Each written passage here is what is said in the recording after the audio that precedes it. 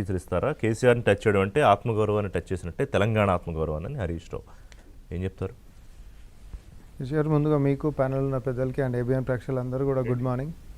సరే, BRS party నేతలు అనేటటువంటి రాజకీయంగా మాట్లాడాలి కాబట్టి రాజకీయంగా మాట్లాడతారు. కానీ కేసు ఏంటిది, కేసులో ఉంటున్నటువంటి ఆధారాలు ఏంటిది, దీంట్లో ఉంటున్నటువంటి టెక్నికాలిటీస్ ఏంటిది, ఇది ఎందుకు ఈరోజు వేగవంతంగా ముందుకు సాగుతుంది అనేటటువంటి అనేక ప్రశ్నలకు జవాబులు చెప్పాల్సినటువంటి బాధ్యత కూడా మా మీద కూడా ఉంటుంది. ఎందుకంటే సుప్రీంకోర్టులో ఆల్రెడీ రన్ అవుతున్నటువంటి కేసు, దాన్ని అప్డేట్ చేయాల్సినటువంటి బాధ్యత ఈరోజు సిట్ అధికారుల మీద ఉన్నది.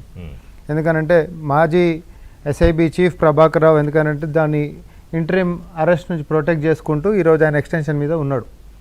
ఆయనని ఒక 2 వారాల పాటు విచారణ చేయడం జరిగింది. ఈ కేసు ఈరోజు మొదలైనటువంటిది కాదు. మొదటి అంశం ఏంటంటే 2024 మార్చి నుంచి మొదలైతే అప్పటి నుంచి అందుబాటులో ఉండి విచారణ చేసుకుంటూ వస్తూనే ఉన్నారు. దాంట్లో అనేక మంది అధికారులు విచారణ జరిగింది, అరెస్ట్ అయ్యారు, జైలు పోయారు, జైల్లోకించి మళ్ళీ బెయిల్ మీద కూడా బయటకు వచ్చిండ్రు.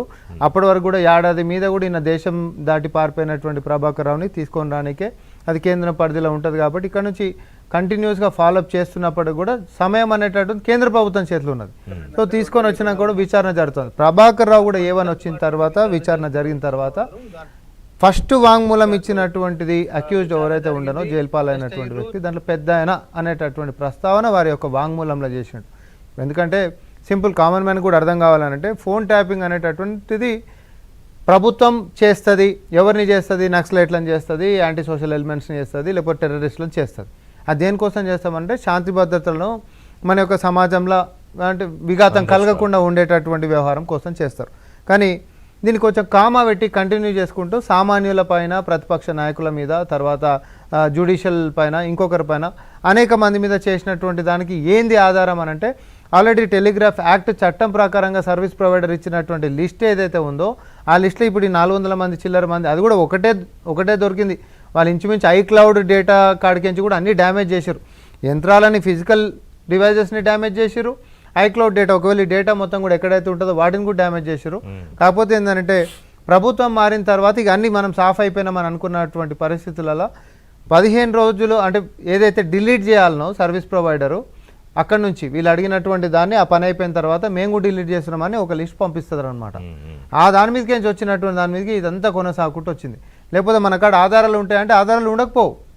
ఎందుకంటే నీకు అన్ని చిప్పి పడేసిరు, ఇరగొట్టేసేసారు, తర్వాత డిలీట్ చేసేసారు. అంటే ఒకదాని డిసెంబర్ 3 రిజల్ట్ వస్తే 7 ప్రభుత్వం ఫామ్ అయింది కదా, 4వ తేదీనే అతను ప్రణీత్ రావు అక్కడికి వెళ్ళి హార్డ్ డిస్కులు తర్వాత కంప్యూటర్లు అవన్నీ ఎందుకంటే అంత భయపడాల్సిన అవసరం. సో ఇప్పుడు పాయింట్ ఏంటిది అని అంటే అధికారికంగా చేసేటటువంటిది బీఆర్ఎస్ నాయకులు కొంతమంది మాట్లాడుతారు. అధికారులు చేసేది అధికారికంగా చేసేటట్టు, అధికారులు చేసేటటువంటి దానికి ఒక ప్రాసెస్ ఉంటుందండి, ఒక ప్రొసీజర్ ఉంటుంది. ఎవరివి చేయాలి అనేటటువంటి దానికి అనుమతి తీసుకునేటటువంటిది ఉంటుంది. హోమ్ సెక్రటరీ దగ్గర నుంచి మొదలు పెట్టుకుంటే కేంద్రం దాకా కూడా అనుమతులతోటి ఇక్కడ పర్మిషన్లు తీసుకున్న తర్వాత ఆ కన్సెంట్ తోటి సర్వీస్ ప్రొవైడర్లని పర్మిషన్ తీసుకోవడము, వాళ్ళు ఓకే అనడం, తర్వాతనే ఇంటర్సెప్షన్ అనేటటువంటిది జరగాలి. సరే, సామాన్యులను కూడా చేసిరు, అధికారం వాళ్ళ చేతిలో ఉండే, పర్మిషన్లు ఇచ్చేటోళ్ళు కూడా అంతా వాళ్ళ చేతులలోనే ఉండే కాబట్టి అధికార దుర్వినియోగం అనేటటువంటి చాలా స్పష్టంగా ఇక్కడ కనిపించింది. దానికి ఏందా ఎవిడెన్స్ అని అంటే ఈ 400 మంది వీళ్ళందరూ తీవ్రవాదులు కాదు, నక్సలైట్లు కాదు, యాంటీ సోషల్ ఎలిమెంట్స్ కాదు. మరి వీళ్ళు అనేటటువంటి ఫోన్ నెంబర్లను చేయకూడనటువంటివి అయినా చేసి ఉన్నాయి. దాంట్లో టెలిగ్రాఫ్ చట్టం ప్రకారం వచ్చినటువంటి డేటాలని పేర్లు ఉన్నాయంటే చేసి ఉంటేనే ఎలక్ట్రానిక్ ఎవిడెన్సెస్ సార్, ఇవి టెక్నికల్ ఎవిడెన్సెస్, దాన్ని ఎవరు కాదననీకే లేదు. సో కాబట్టి వాళ్ళు అరెస్ట్ అయ్యారు. లేకపోతే అరెస్ట్ అనేటటువంటిది కూడా కాకుండా కోట్ల కొట్లాడుకునే వెసులుబాటు అవతలకి ఉంటుండే కదా. సో ఈడి దాకా వచ్చిన తర్వాత అధికారులు మొత్తం అయిపోయిన తర్వాత ఈరోజు దాని వెనకాల ఉంటున్నటువంటి పెద్ద మనుషులు ఎవరంటే రాజకీయ ప్రమేయం దీంట్లో ఏమైనా ఉందా, ఈ యొక్క అంశం పట్ల మీకేమైనా అవగాహన ఉందా అని ఒక సాక్షుల లెక్క నేను చాలా స్పష్టంగా చెప్తా ఉన్నా. ఇప్పటివరకు కేటీఆర్ని పిలిపించినా, హరీష్ రావుని పిలిపించినా, రానున్న కాలంలో సంతోష్ రావుని పిలిపించినా, ఈటెల రాజేందర్ గారిని పిలిపించినా, లేకపోతే మాజీ మంత్రులు, మాజీ ఎమ్మెల్యేలు చాలామందిని పిలిపించినప్పటికి కూడా వీళ్ళందరినీ కూడా దేని లెక్క పిలుస్తారు? సిఆర్పిసి సెక్షన్ 160 కింద పిలుస్తారు, అంటే సాక్షుల కిందకి పిలుస్తారు. ఈ విషయం పట్ల మీకు ఏమైనా అవగాహన ఉందా? ఎందుకనంటే ఈ ప్రస్తావనలో మీ పేరు ప్రస్తావన ఉంది కాబట్టి మీకు ఈ అంశం పట్ల ఏం అవగాహన ఉంది అనేటటువంటి ప్రశ్నలు అడిగేటటువంటి దానికి సహకరించేటటువంటిది ఇదంతా ఇష్యూ.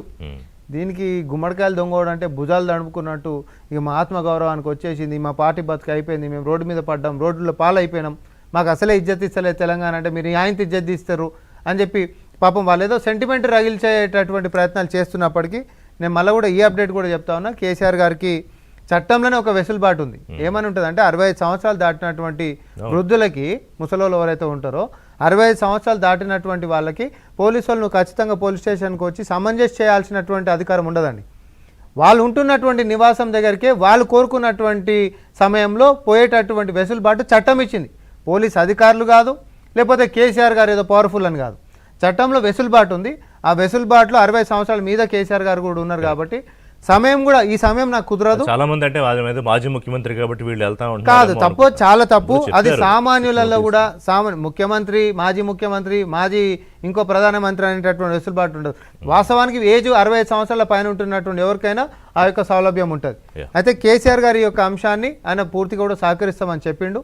అయితే 65 సంవత్సరాల పైబడినటువంటి దాని కిందికి ఆయన ఉంటున్నటువంటి ఏదైతే వెసులుబాటు ఉందో దాన్ని వాడుకుంటూ ఆయన ఏమన్నాడు అని అంటే, ఎర్రవల్లి ఫామ్ హౌస్ కాడ నేను చేసుకుంటాము. అయితే నాకు ఇప్పుడు ఈ టికెట్ల ఫైనలైజేషన్ మున్సిపల్ ఎన్నికలు ఉంది కదా, దీన్ని ఉంది కాబట్టి నేను తర్వాత ఒక రోజుపై మీరు సమయం ఇవ్వండి అని కోరుకుంటా. అది కూడా ఉంది వెసులుబాటు. దాన్ని మీరు ప్రభుత్వం కానీ పార్టీ కానీ ఎట్లా చూస్తున్నారు ఇవాళ ఆయన హాజరు కాకపోవడాన్ని? సరే, ఒకటి మనకి ఎట్లా సంబంధం, ఆ చట్టంలో ఉంటున్నటువంటి పొలిటికల్ ఒపీనియన్ అడుగుతున్నాను అంతే, మీకు సంబంధం ఉంది అంటే ఆయన కారణం కదా, ఆయన వ్యక్తిగత కారణం. అది మున్సిపల్ ఎన్నికలు ఉన్నాయి, ఆయన నాకు టికెట్లు ఇచ్చుకునేటటువంటిది ఉంది కాబట్టి నేను మళ్ళీ ఒక సమయం మీరు పెట్టండి అనేటట్టు అడిగే వెసులుబాటు ఉంది. ఆఫ్ కోర్స్ అడిగేటటువంటి వెసులుబాటు ఉంది కాబట్టి ఆయన అడుగుతాడు. అట్లా అడుగుతామని చెప్పి మనం ఎట్లా అంటాం? ఇప్పుడు ఎవరు మాట్లాడినా సార్, మేము మాట్లాడినా, మీరు మాట్లాడినా, సత్యం గారు మాట్లాడినా, కిషోర్ రెడ్డి గారు మాట్లాడినా, మనం చట్టంని కాదని చెప్పి రాజకీయం మాట్లాడడానికి లేదు. సో ఇప్పుడు కొంతమంది తెలియక ఏమంటారు అని అంటే, కేసీఆర్ గారు చూసినావా, కేసీఆర్ గారు నేను రాను పోరి మీరే ఎర్రర్రి అని చెప్పి అని అంటున్నట్టు అంత సినిమా లేదాడా? 65 సంవత్సరాలు పైబడినటువంటి వృద్ధులు ఎవరైతే ఉంటారో వాళ్ళకి చట్టంలో ఉంటున్నటువంటి వెసులుబాటు నేను నిన్న చాలా స్పష్టంగా నా దాంట్లో కూడా నేను పెట్టిన. అయితే ఆయన కోరుకుంటున్నటువంటి నివాస ప్రాంతం దగ్గర, సపోజ్ నేను నందినగర్ దగ్గర నోటీసులు ఇచ్చారు, ఆయన సపోజ్ ఎర్రవల్లి ఫామ్ హౌస్ కాడ నేను చేస్తే నాకు ఇక్కడ సౌలభ్యంగా ఉంటుంది, నేను మీరు ఎంతసేపు అన్నా కూడా నేను సహకరిస్తాను అన్నప్పుడు అదొక టెక్నికల్ అంశం. అయితే ఇప్పుడు కిషోర్ రెడ్డి గారు ప్రస్తావించినది కానీ, అంటే బీజేపీ ఆనే హోల్ కిషోర్ రెడ్డి గారు ప్రతినిధి కాబట్టి కవిత గారు అంటున్నది కానీ, ఇందులో ఏదో అంటారు ఇప్పుడు సామెత, దీన్ని ఏదో చివరిదాకా లాక్కొస్తారు, కాలయాపన చేస్తారు తప్ప ఇందులో ఎవరినన్నా తేలుస్తారని కవిత గారు ఇందులో